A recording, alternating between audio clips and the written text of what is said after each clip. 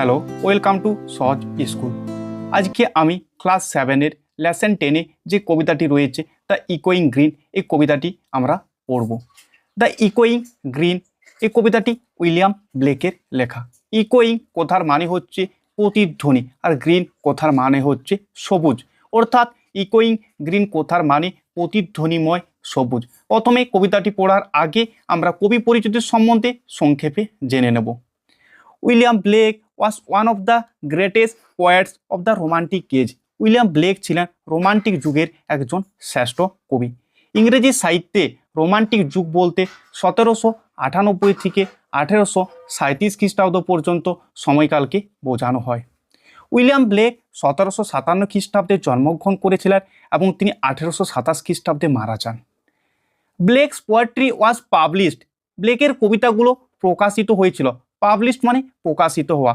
In a manner most unusual in Literary and art history, সাহিত্য এবং শিল্পকলার ইতিহাসে তার কবিতা প্রকাশের পদ্ধতি ছিল অত্যন্ত অভিনব এবং ব্যতিক্রম ধর্মী। He said up A print shop, set up মানে প্রতিষ্ঠা করেছিলেন, প্রিন্ট শপ মানে ছাপাখানা, তিনি একটি ছাপাখানা প্রতিষ্ঠা করেছিলেন। And engraved and published his own poems, engraved মানে খোদিত করা বা খোদাই করা, এবং তিনি তার কবিতাগুলো খোদাই করে নিজের ছাপাখানায় প্রকাশ করতেন। Some of his well known works আর songs of innocence, songs of experience and the marriage of heaven and hell. তার লেখা বিখ্যাত কয়েকটি কাজ হল songs of innocence, songs of experience and the marriage of heaven and hell, এগুলো তার লেখা বিখ্যাত কবিতা। কবিতাটি পড়ার আগে তোমাদের টেক্সটে যে ছবিটা দেয়া আছে সেই ছবিটাকে তোমাদের ভালোভাবে দেখতে হবে। এই ছবিটার মধ্যেই পুরো কবিতাটি লুকিয়ে রয়েছে। দেখো, প্রথমে বলা হয়েছে what do you see in the picture, তোমরা এই ছবিতে কি দেখতে পাচ্ছ। ছবিতে কি দেখা যাচ্ছে? একটি বড় সবুজ গাছ রয়েছে, গাছের নিচে 3 জন বৃদ্ধ বসে আছেন, কিছু শিশু মাঠে খেলাধুলা করছে, দূরে কয়েকটি ঘর ও গ্রামের পরিবেশ দেখা যাচ্ছে। 2 নম্বরে what are the children doing, এই ছবিতে শিশুরা কি করছে? শিশুরা মাঠে আনন্দের সঙ্গে খেলছে, তাদের মুখে হাসি ফুটে আছে যা তাদের আনন্দ প্রকাশ করছে। দেখে মনে হচ্ছে যে কোনো সমস্যা তাদেরকে এখনো স্পর্শ করতে পারেনি। What are the old men doing, এই ছবিতে বয়স্ক মানুষেরা অর্থাৎ বৃদ্ধরা কি করছেন? বৃদ্ধরা গাছের ছায়ায় বসে বিশ্রাম নিচ্ছেন এবং শিশুদের খেলাধুলা আনন্দের সঙ্গে দেখছেন। শিশুদের আনন্দ দেখে তারা নিজেদের ছোটবেলার স্মৃতি মনে করছেন এবং তারা পরস্পরের সঙ্গে গল্প করছেন। প্রথম line, the sun does arise, arise মানে হচ্ছে উদিত হওয়া, সূর্য উদিত হয়, আর মেক হ্যাপি দ্য কায়েস, আর আকাশকে আনন্দময় করে তোলে।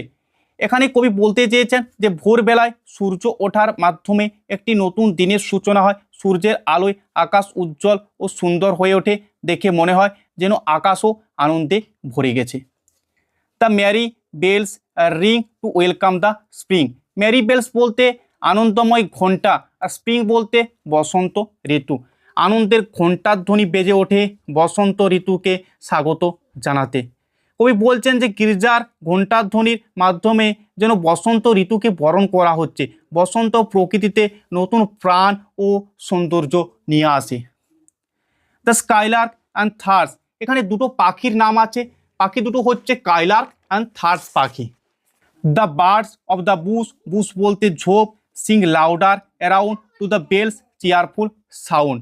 স্কাইলার্ক এবং থার্স পাখি এছাড়াও ঝোপের অন্যান্য পাখিরা চারিদিকে উচ্চস্বরে গান গেয়ে বেড়ায় ঘণ্টার আনন্দময় ধ্বনির সঙ্গে তাল মিলিয়ে। এখানে কবি বসন্ত ঋতুর সৌন্দর্যের কথা বর্ণনা করছেন। কবি বলছেন যে বসন্ত ঋতুতে শুধু স্কাইলার্ক ও থার্স পাখি নয়, ঝোপের সব পাখিরাই আনন্দে গান গেয়ে বেড়ায় তাদের সুমধুর কণ্ঠে। While our sports shall be seen on the ইকোয়িং গ্রিন, আর আমাদের খেলা দেখা যাবে প্রতিধ্বনিময় সবুজ মাঠে, আর এই ঋতুতে দেখা যাবে সবুজ মাঠে শিশুদের হাসি, খেলাধুলা ও পাখির গান প্রতিধ্বনিত হচ্ছে। দ্বিতীয় stanza, old John with white hair, old John বলতে বৃদ্ধ জনের কথা বলা হচ্ছে, গ্রামের একজন প্রবীণ ব্যক্তি, তার মাথায় রয়েছে হোয়াইট হেয়ার, সাদা চুল রয়েছে। এই সাদা চুল বার্ধক্য, অভিজ্ঞতা ও দীর্ঘ জীবনের প্রতীক। সাদা চুলের বৃদ্ধ জন, ডাস লাভ অ্যাওয়ে কেয়ার, তিনি হাসতে হাসতে সব দুশ্চিন্তা ভুলে যান। Sitting under the oak tree, sitting মানে বসা, under the oak tree oak গাছের নিচে বসে, among the old folk, old folk বলতে অন্যান্য বয়স্ক মানুষের কথা বলা হচ্ছে, অন্যান্য বয়স্ক মানুষের সাথে। এই 4টি লাইনের মানে হচ্ছে সাদা চুলের বৃদ্ধ জন তিনি হাসতে হাসতে সব দুশ্চিন্তা ভুলে যান ওক গাছের নিচে বসে অন্যান্য বৃদ্ধদের সঙ্গে। দে লাভ অ্যাট আওয়ার প্লে, তারা হাসে আমাদের খেলা দেখে, তারা হাসে আমাদের খেলা দেখে। দে বলতে বৃদ্ধ জন এবং অন্যান্য ওক গাছের নিচে বসে থাকা বয়স্ক মানুষের কথা বলা হচ্ছে। অ্যান্ড সুন দে অল সে, এবং তারা তাড়াতাড়ি বলে যে সাচ সাচ ওয়ের দ্য জয়েস, যে এরকম আনন্দেই ছিল। When we all girls and boys, যখন আমরা ছোট ছোট ছেলে মেয়ে ছিলাম। কবি এখানে জীবনচক্রের কথা বলছেন, দ্য সাইকেল অফ লাইফের কথা বলছেন, অর্থাৎ আইকে যে শিশু সে একদিন না একদিন বয়স্ক মানুষে পরিণত হবেন, এটাই কবি বলছেন যে দেখবো এবার জগৎটাকে কেমন করে ঘুরছে মানুষ যুগান্তরের ঘূর্ণি পাখি। In our youth time were seen on the ইকোয়িং গ্রিন, আর আমাদের শৈশব দেখা যেত ওই প্রতিধ্বনিময় সবুজ মাঠে। আর ওই বয়স্ক মানুষরা বলছেন যে আমরাও একদিন শৈশবে এই সবুজ মাঠে সারাদিন খেলেছি। টিল দ্য লিটিল ওয়ান্স ওয়েরি, ওয়েরি কথাটার মানে হচ্ছে খুব ক্লান্ত, ছোট শিশুরা ক্লান্ত হয়ে পড়ে। No more can be merry, তারা আর আনন্দ করতে পারে না, মেরি মানে আনন্দ করা। দ্য সান ডাস ডিসেন্ড, সূর্য ধীরে ধীরে অস্ত যেতে থাকে। And our sports have an end, আর আমাদের খেলাধুলাও শেষ হয়ে যায়, অর্থাৎ আমাদের খেলাধুলারও সমাপ্তি ঘটে। কবি বলছেন যে সূর্যাস্তের মাধ্যমে একটি দিনের সমাপ্তি ঘটে, আর দিনের সমাপ্তির সাথে সাথে আমাদের খেলারও সমাপ্তি হয়ে যায়। Round the lapse of their mother, তারা তাদের মায়ের কোলের চারপাশে জড়ো হয়। মেনি সিস্টার অ্যান্ড ব্রাদার্স, অনেক বোনেরা এবং ভাইয়েরা।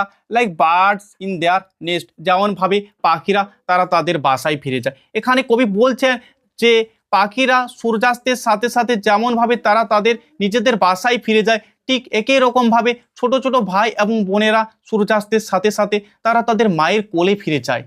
আর রেডি ফর রেস্ট, আর তারা বিশ্রামের জন্য প্রস্তুত নেয়। অর্থাৎ কবি বলছেন যে সারাদিন ছোট ছোট শিশুরা খেলাধুলার করার পর তারা ক্লান্ত হয়ে পড়ে এবং তারা মায়ের কোলে গিয়ে পর ঘুমিয়ে পড়ে। And sport no more seen on the darkening green, আর খেলাধুলা দেখা যায় না অন্ধকারময় সবুজ মাঠে।